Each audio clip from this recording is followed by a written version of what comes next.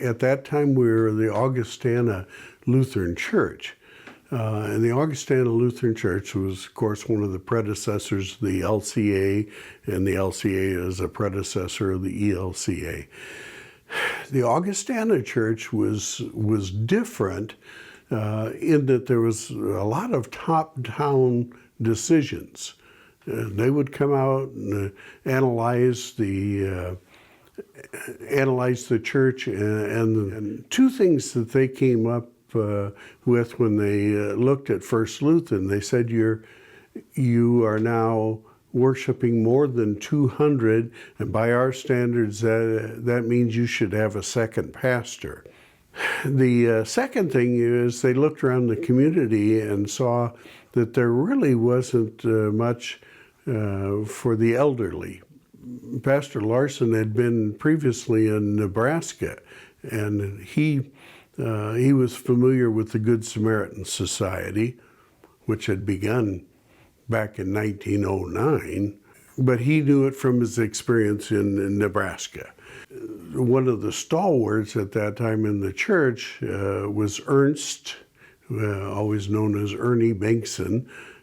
And Ernie had the foresight. The pastors in town would get together periodically, but he had the wisdom to look at it and say that this is only going to fly if all the churches get involved. And they put it together where there was somebody from each church on this committee.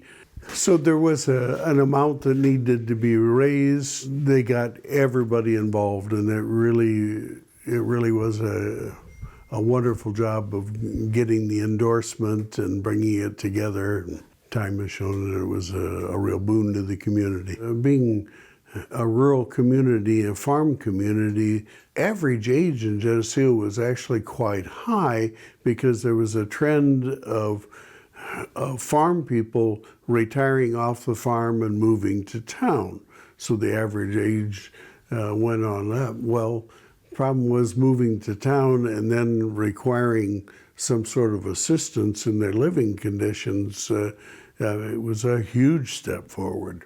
Yeah, it was just very skillfully done. No egos involved whatsoever. They took the ball, ran, and made it happen.